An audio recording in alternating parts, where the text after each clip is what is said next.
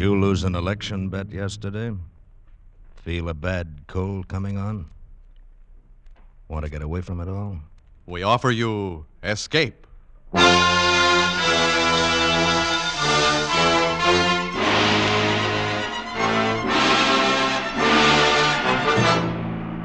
You were groping in the midnight dimness of a gigantic department store, and suddenly you realize that you're not alone, but 100 eyes are glaring at you from the shadows, 100 hands reaching for your throat, and your most urgent desire is to escape. Escape, produced and directed by William N. Robeson, and carefully plotted to free you from the four walls of today for a half hour of high adventure.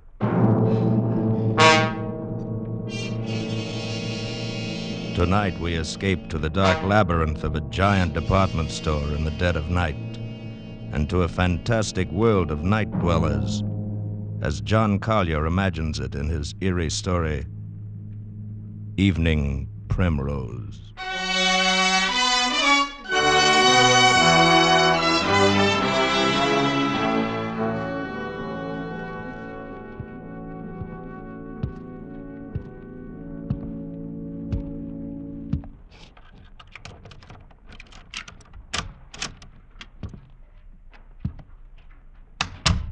Sadie? Sadie, hey, what's the matter? It's me. Oh, Sam, you nearly scared me to death.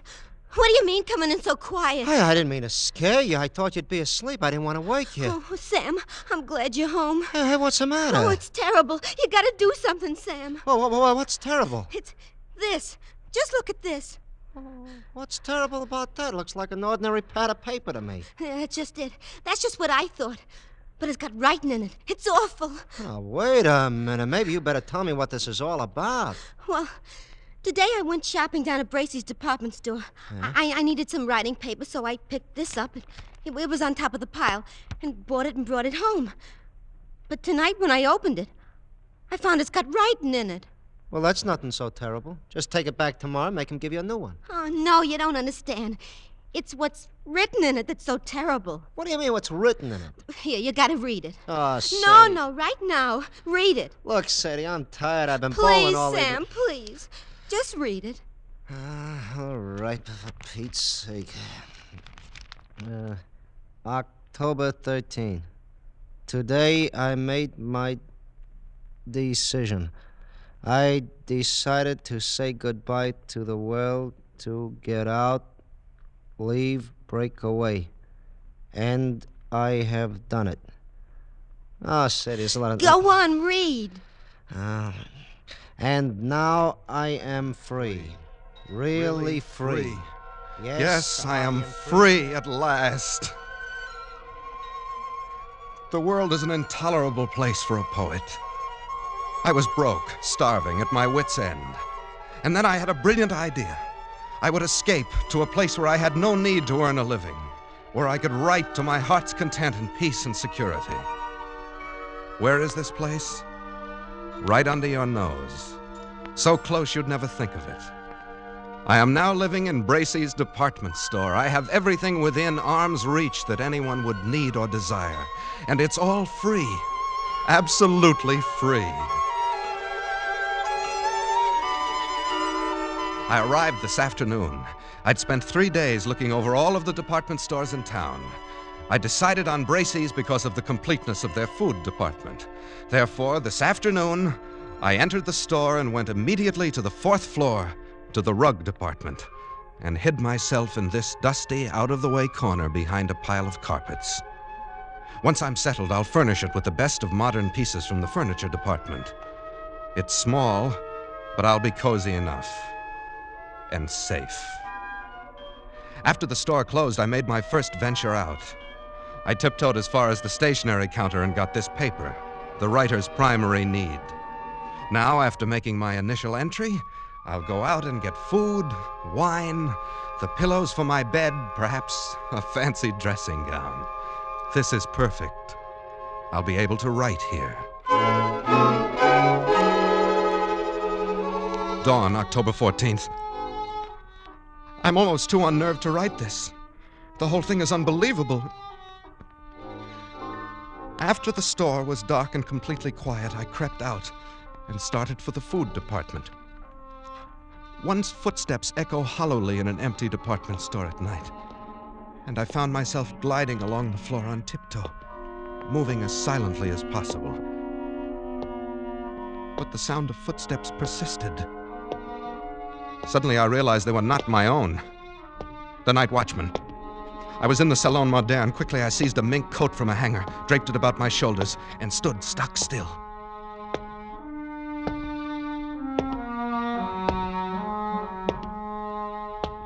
I could have reached out and touched him, but he passed by without so much as a glance.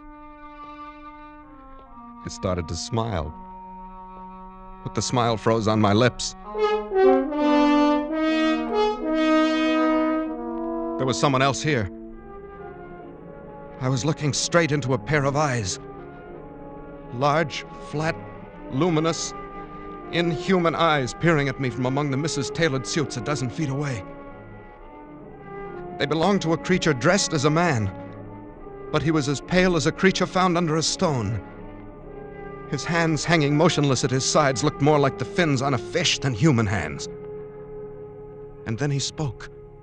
Not bad for a beginner. I'm sorry. I didn't know anybody else lived here. Oh, yes. We live here. It's delightful. We? Yes, all of us. Don't you see? Look around you. I looked around. I saw nothing. I looked again. I saw an old man come clambering out from behind a clock. There were 3 elderly ingenues, incredibly emaciated, pale as lace, almost transparent, simpering before the perfume counter. A chintzy lady swam out from the curtains and drapes. They came swarming thick around me, pale, thin, wispy, moving silently, fluttering like gauze in the wind, whispering. How raw he looks. Who is he? As coarse as the sun. What is he doing here? A detective. Send for the dark men. Yes, send for the dark men. The dark men. They were pressing around me, clawing, holding me, their pale faces contorted with venomous, inhuman hatred. I was paralyzed. All I could do was repeat over and over again, I'm not a detective, I'm not a detective, I'm not! A burglar, then. A burglar? Tie him up. Hold him, carry him to the place. Send for the dark men. Stop. Let him speak. I'm not a detective. Or a burglar. I'm a poet. Then what are you doing here? I've renounced the world. I came here to live where I could be alone. Away from the world. Why then, he's come over to us. He's just like us. He's come over to us, a poet. He must meet Mrs. Vanderpant. Yes, Mrs. Vanderpant. She's coming now. I followed their eyes toward the balcony. There, coming down the wall like an ancient spider, clambered an old lady. Wrinkled and cracked and emaciated, she must have been at least 80, a shadowy matriarch. And the things around me bowed and scraped as she reached the floor and floated toward us. What's going on here? Where is that stupid girl? What's keeping her? Oh, Mrs. Vanderpant. Well, what is it? Who's this, Mr. Roscoe? Mrs. Vanderpant. May I present Mr. Snell, Mr. Snell, Mr. Charles Snell. Yes, of course. Mr. Snell. He is a poet, and he's come here to live. Oh, he has he? That's what he says, and I believe him. Well, He avoided the night watchman quite neatly, for a beginner. Well, thank you. Very well. We shall see. A poet should find inspiration here. Mr. Snell, Mrs. Vanderpant is our grand old lady. Oh? I am quite the oldest inhabitant here, Mr. Snell. 3 mergers and a complete rebuilding. But they didn't get rid of me. Oh, really? How nice. Where is Ella? Where is my broth? She's bringing it, Mrs. Vanderpant. Oh, terrible little creature. She is our foundling, Mr. Snell. She's not quite our sort. Is that so? I have been here, Mr. Snell, ever since the terrible times of the 80s. I was a young girl then, a beauty, they say, and poor Papa lost his money. Braces meant a lot to a young girl in those days. So when I wasn't able to have a charge account, I came here for good. That's better than a charge account. I was quite alarmed when others began to come after the crash of 1907, but it was the dear judge. How do you do? Yes. The colonel. How do you do? Yes. Mrs. Bilby. How do you do? Mrs. Bilby. Mrs. Bilby writes plays. Oh. And comes of an old Philadelphia family. Oh, you will find us quite nice here, Mr. Snell. I'm sure I will. And, of course, all our dear young people came in 1929. Their poor papas jumped from skyscrapers. They couldn't bear to be without charge accounts either. Do you mean all these people live here? Oh, and many more. You shall meet them all later. Oh, here comes Ella with my block. Come, you stupid thing. Mrs. Vanderpant is waiting. Yes, ma'am. Yes, sir. I'm coming as fast as I can. Now, Here. be careful. Don't spill it. Oh, but she's young. Well, of course, she is a little younger than most of them. And she's different. She's beautiful. Mr. Snell, Ella is Mrs. Vanderpant's maid. That's right, old man. She's really not our sort at all. You shouldn't say such things. She can hear you. Oh, that doesn't matter. You'll understand these things better after you've been here a while. But it seems to me that you would... Mr. Snell, we have certain rules here. They are necessary for our survival. I'm sure you won't find it hard to observe them. Well, yes, I I appreciate... should advise that you try. If you do not, that would be most unfortunate, Mr. Snell. Most unfortunate for you.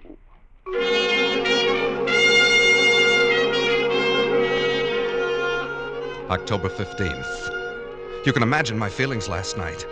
My first thought was to escape as quickly as possible. In fact, I planned to wait till morning when the store opened, then quit my hiding place, mingle with the crowds, and leave Bracy's forever.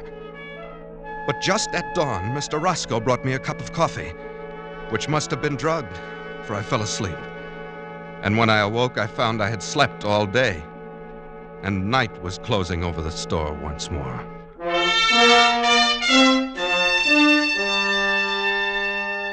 Later, I've spent my second night here.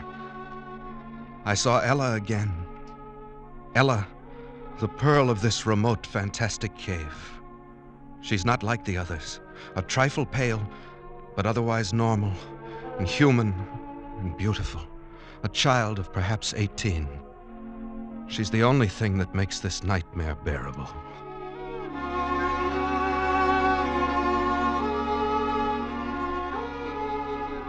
October 20th. Escape seems almost impossible. There's a very effective burglar alarm system and the doors are all carefully guarded. But that's nothing compared to the Dark Men. Who are the Dark Men? I don't know. But they threaten any transgressor with these Dark Men. I shall try to discover who they are. At least I am sure I'm watched, though they've begun to trust me now. Speaking to the night watchman would be suicide. Even if he believed my fantastic story or didn't shoot me as a burglar, I'm convinced that neither Ella nor I could get out of here alive. She and the night watchman are the only real people here.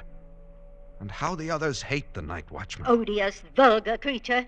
He reeks of the coarse sun. Oh, come now, Mrs. Bilby. He's really a personable young man. Very young for a night watchman. Mr. Snell, sometimes I wonder about your taste. You mustn't stay so much to yourself, Mr. Snell. You must become better acquainted with our ways. Yes, old man. You must come to the play tonight. We're going to be entertained with one of Mrs. Bilby's tragic comedies. Love in Shadowland. I'm sure you'll enjoy it. I'm sure I will. It's really a festive occasion, you know. Wanamaker's is coming over. Wanamaker's? Yes.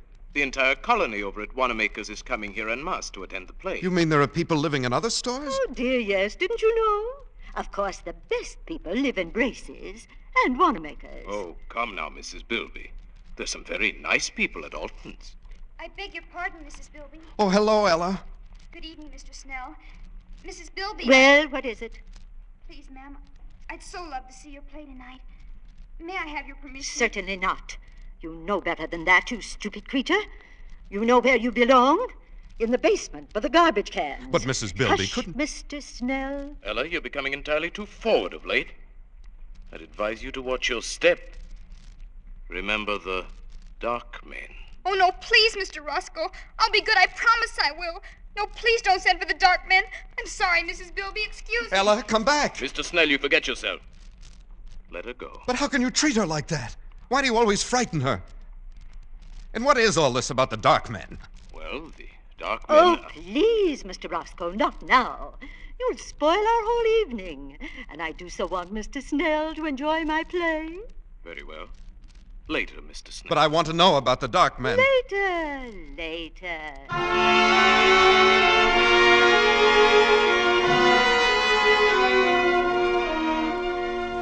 October 21st. At last I found an opportunity to speak to Ella alone. I hadn't dared to speak to her before.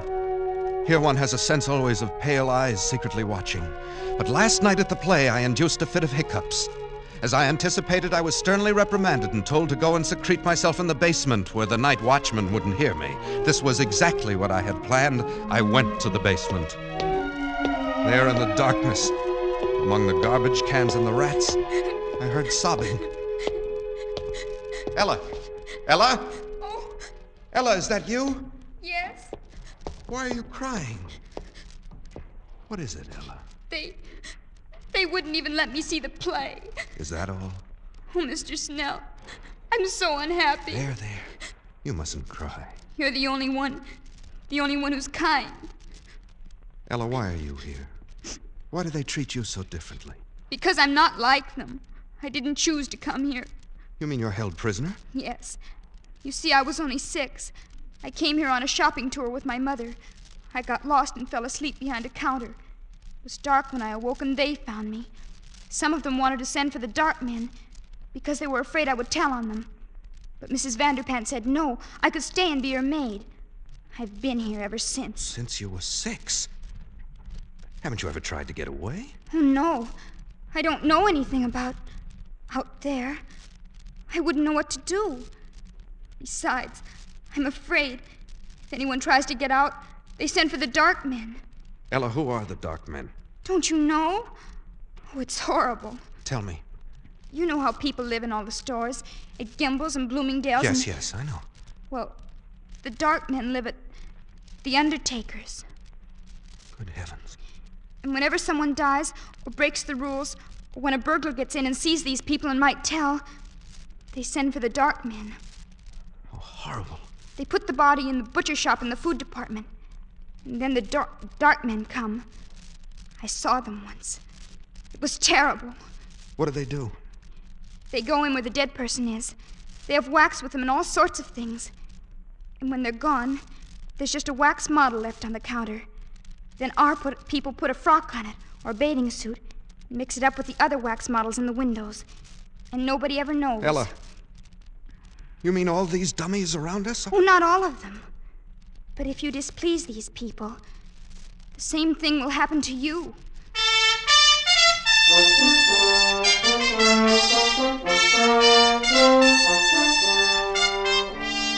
October 30th.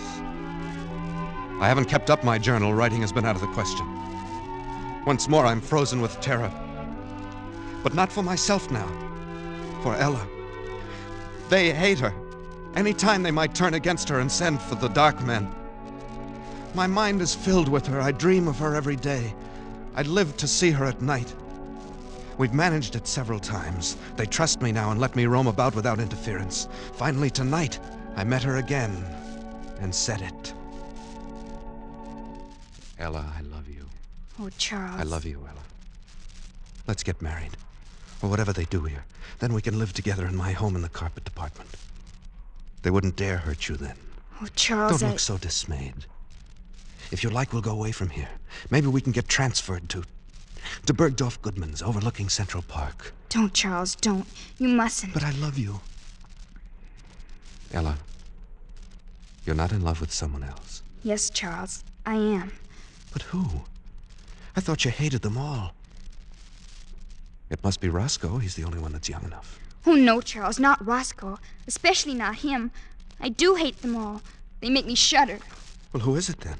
It's him. Who? The night watchman. No, impossible. I love him. He smells of the sun. Ella. Oh, it was wonderful the way it happened. Don't tell on me, Charles, or they'll punish me. Oh, no. I was careless, and there he was, coming around the corner in the ladies' lingerie department. I was caught. There were only some wax models in their underthings. There was nothing else to do. I slipped off my dress and stood still. Oh, I see. He stopped and looked at me. And Charles, he spoke to me. He said, "Say, honey, I wish they made him like you on 8th Avenue. Charles, wasn't that a lovely thing to say? Personally, I should have said Park Avenue. It doesn't matter what street. It was a lovely thing to say. But what can you do about him? Ella, he belongs to another world. Yes, to 8th Avenue. I want to go there. Charles, are you really my friend? Yes, of course I am. Then I'll tell you. I'm going to stand there again in the lingerie department, so he'll see me. And then? Perhaps he'll speak to me again. Ella, you're only torturing yourself. No, because this time I shall answer him. He'll take me away. Take you away? Oh, no, Ella, I couldn't bear that. You don't love him. You only think you do because you think he'll take you out of here, but you don't know that he will. And I will, Ella. I've made up my mind. No, Charles, I couldn't let you do it. Even if I loved you, you couldn't do it, Charles. Why not? Because you really belong here. You've become one of them now. Ella, you mustn't say that. It's true. And, Charles, I've got to go. There's someone watching us. I feel it. No, wait, Ella. Goodbye, Charles. No, Ella. Come back. Ella! Please, old man. You'll arouse the night watchman. Roscoe. Yes. Oh, love can be very upsetting, can't it? You heard? Yes.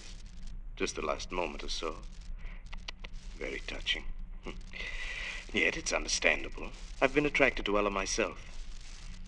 So she loves another, Too bad, old boy. Who could it be? Could it be that I am the cause of your heartbreak? You flatter yourself too much, Roscoe. Well, then whom? The old judge? Well, certainly not. The colonel? Hardly. None of those.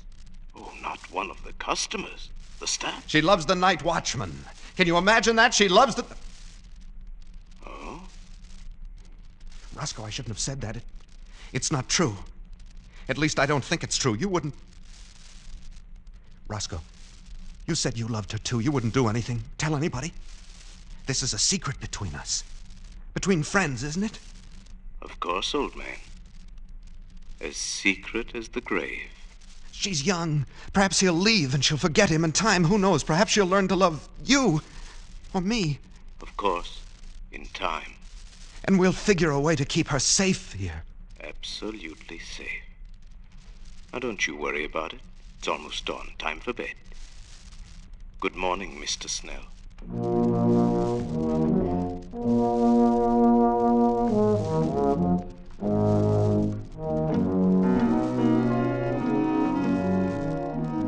Early evening, November 4th.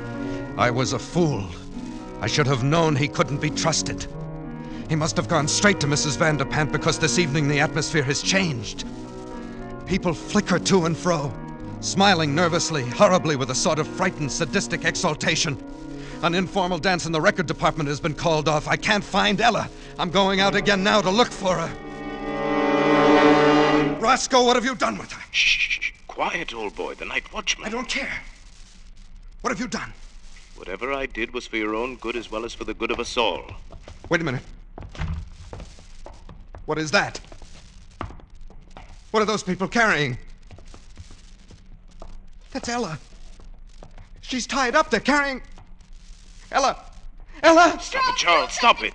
Oh, let me go. Oh, Let me stop, go. Charles. Stop it. You'll arouse the night watchman. No, they're taking her into the butcher shop. Roscoe. Yes. Those are the dark men. Good Lord.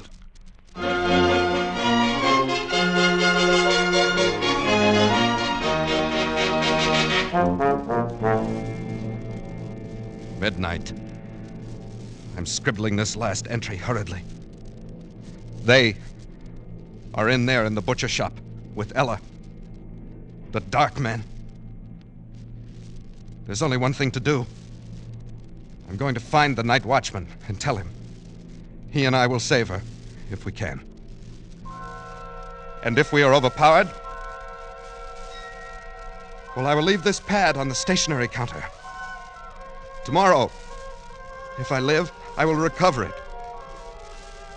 If I do not, whoever finds this and reads it, look in the store windows. Look for 3 new wax dummies. 2 men, 1 rather sensitive looking, and a girl. She has blonde hair and blue eyes, and her nose turns up a little. Look for us, and then find them. Smoke them out. Exterminate them. Avenge us. Oh, Sam, isn't it horrible? Ah. We gotta do something. Tell somebody something. Oh, Sam, what'll we do? Do? Well, nothing. Go to bed. But Sam! Well, whoever wrote this has sure got a weird sense of humor. It's probably some clerk down at Bracey's who ought to be fired. But you mean you think it's just a story? Are you kidding? You don't believe this stuff, do you? Well, I don't know. I Oh, just... forget it, baby. Come on, snap out of it. I shouldn't leave you alone. You get too many ideas when I go out bowling at night. But, don't you think maybe we ought to just, take it back and show somebody? Oh, nuts. It's not worth the bother. They'd laugh at you, baby. They'd think you were crazy or something. Yeah, I guess you're right. I guess I was silly. Forget it. Oh, come on. Let's go to bed. Huh? I'm tired. Okay, Sam. Gee, there for a while I sure was scared. Oh, I even forgot what I was going to tell you. Sam, I found the cutest dress today, only $19.95. Yeah, baby? Yeah. It was in the window at Bracey's. It was on a beautiful little wax model with blonde hair, blue eyes, and a turned-up nose. And there were 2 men standing beside...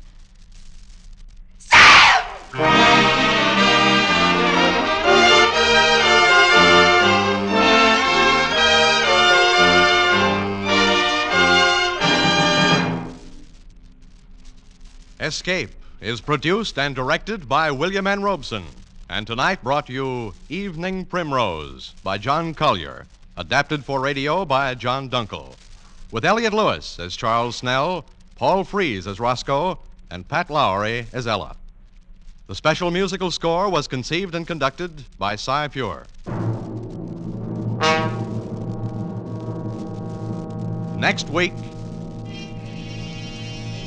After you've had a tough day at the office, or leaning over a hot stove, when your 4 walls seem to be closing in on you, next week at the same time when you want to get away from it all, we again offer you Escape.